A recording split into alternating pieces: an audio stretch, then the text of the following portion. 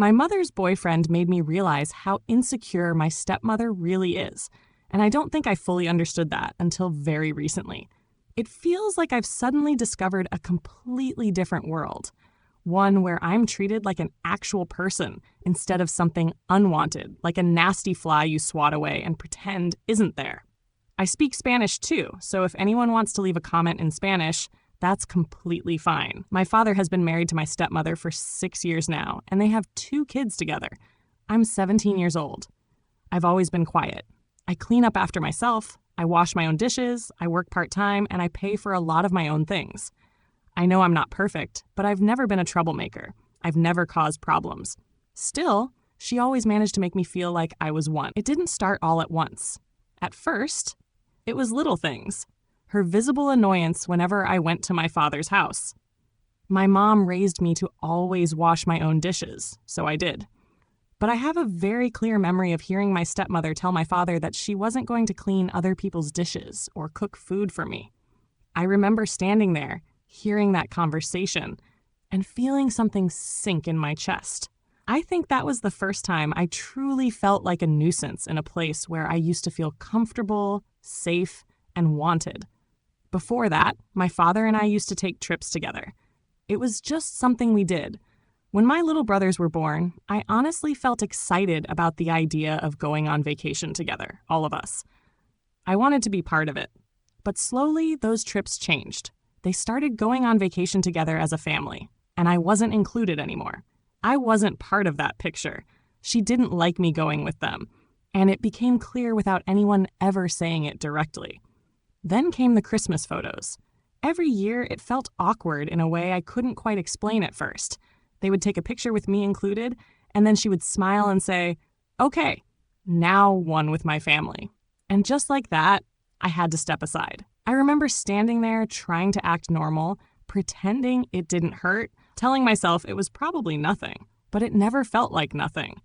The photos hanging around the house made it worse. Baptisms, family moments, special events, I wasn't in them. Even when I was physically there at the event, somehow I didn't exist in the memories they chose to display. When my siblings were born, she really seemed to hate it when I was around them. It felt like my presence bothered her on a deeper level, like she resented me simply for being there. At some point, I remember feeling confused enough to ask about it in a Facebook group for stepmother. I was hoping someone would tell me I wasn't crazy, that what I felt made sense. Instead, I got responses from women saying that my stepmother's behavior was normal, that it was just how things are sometimes. So I decided to stop questioning it. I told myself not to feel bad. I tried to convince myself that this was just life and that maybe I was being too sensitive. As the years went by, it stopped hurting, or at least I thought it did. I learned how to push the feeling down, how to stay quiet, how to make myself smaller so I wouldn't be in the way. Fine. Then I met my mother's boyfriend. His name isn't Luigi, but that's what I call him because he looks like him. He's been dating my mom for 2 years now, but he's actually been her friend for much longer than that. He has a son from a previous relationship. Luigi is kind and genuinely funny, and being around him felt strange at first, because I felt comfortable. That feeling was so unfamiliar that I didn't even trust it right away. One day, he started organizing a vacation, and I remember feeling happy when I heard him casually include me in the plans. Not as an afterthought, not as something he was forced to do, just included. His son and I get along well, and he even invites me to go on outings with them. It was simple, but it meant everything to me. My mother is pregnant now, and I think that brought up old feelings I didn't realize were still there. Something in me immediately expected history to repeat itself. I automatically assumed I'd be pushed aside again, just like before. I braced myself for it, but that didn't happen. Luigi and my mom always include both his son and me in everything. Always. No hesitation. No separation. That's when I started to realize, little by little, that what my stepmother did to me wasn't normal. And even though I had learned how to live with it, that realization still hurt in a way I wasn't prepared for. Everything kind of exploded yesterday, even though on the surface, it looked like just another normal situation I should have been used to by now. My father and his family were going to take the typical Christmas photo, the one they take every year. My father told me, like he always does, that he would take one with me later. He said it calmly, casually, like it was a perfectly reasonable solution.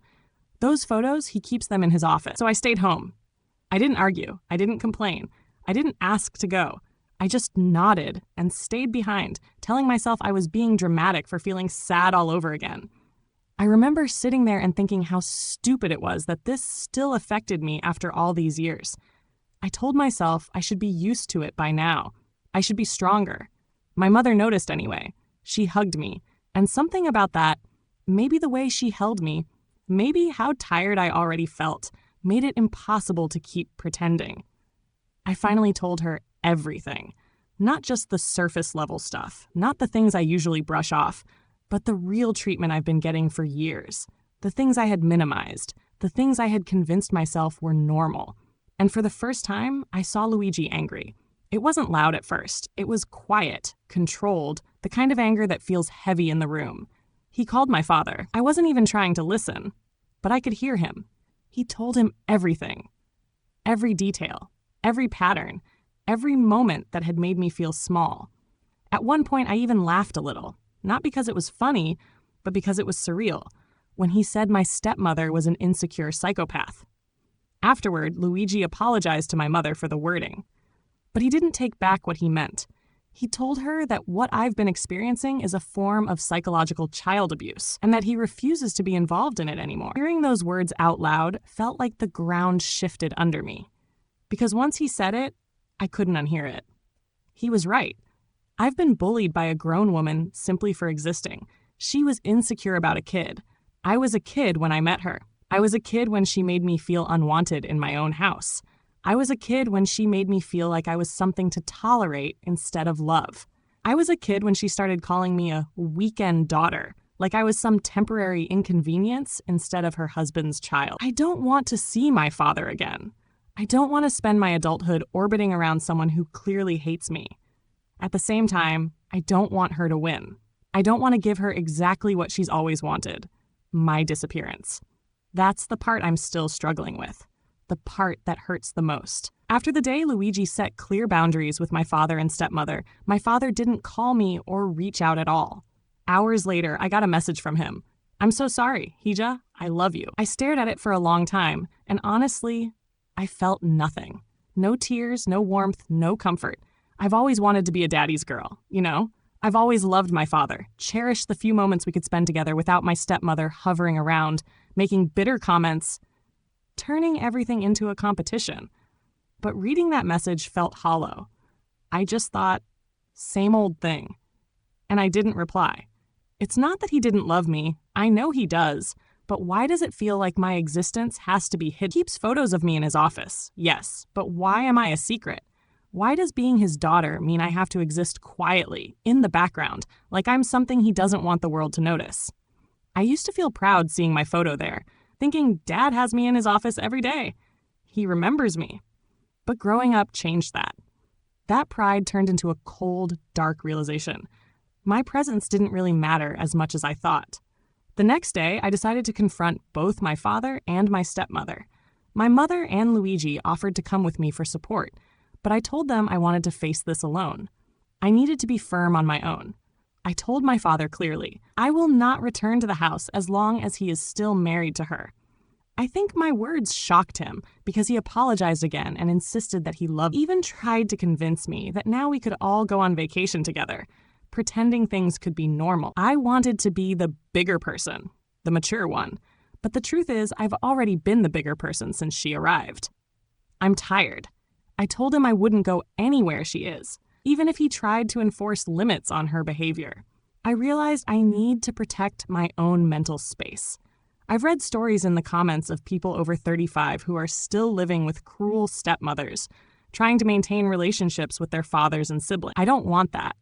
I don't want my adulthood to revolve around shared dinners with someone who hates me. I'm terrified to imagine having children and having them call her grandma, pretending everything is fine while carrying this weight in silence. My father told me he couldn't leave her because she is his wife and the mother of his children. I understood. That's why I made the decision to stay away. He chose her, and that's his life. I can't change that. I can't force him to protect me the way I needed. Both deserve each other. a cruel person and someone who failed to set boundaries to protect me. The confrontation got heated. We argued, voices raised, especially when she said I was always problematic and constantly needed my father's attention. That's when their true personalities revealed themselves. She said I should understand that the husband or wife always comes before the children, and my father agreed. That realization hit me hard. I couldn't help but compare it to my mother and Luigi, who have always made me feel seen and valued. When they first got together, my mother always asked if Luigi was treating me well. They prioritized me and his son in a way my father and stepmother never did. In the end, I told my father and her, as long as they are married, I will never step foot in that house again. I will not be in the same space as her because I've realized she is deeply insecure. And that's sad, not just for me, but for her. I also told my father I need space from him. He said he loved me, but I'm exhausted by that kind of love, the kind that doesn't protect or honor me. I felt depressed for a few days after that, but today things shifted a little. My mother got me involved in decorating the house for Christmas, and her excitement was infectious. Luigi went to pick up his son, and tomorrow we'll all be together. There's laughter ahead, warmth, and genuine care. Things I didn't feel around my stepmother, or, frankly, from my father in the same way. Maybe in some sense, I let my stepmother win by walking away from my father's house. But I feel like I'm winning too, by keeping myself safe, by creating boundaries, and by choosing people in my life who actually make me feel loved and valued. I've learned that protecting yourself isn't giving up, it's surviving and growing. And for the first time in a long time, I feel like I might just be okay. This story is a powerful reminder that not all family relationships are easy, and sometimes protecting your mental health means setting boundaries, even with your own parent. It highlights the emotional impact of living with a step-parent who undermines your sense of belonging and self-worth. But it also shows that supportive relationships, like the one with the mother's boyfriend and his son, can help heal old wounds. Choosing to prioritize your emotional well-being is not selfish. It's necessary. This story encourages anyone in a similar situation to recognize their own value and to seek out the people who truly see and support them.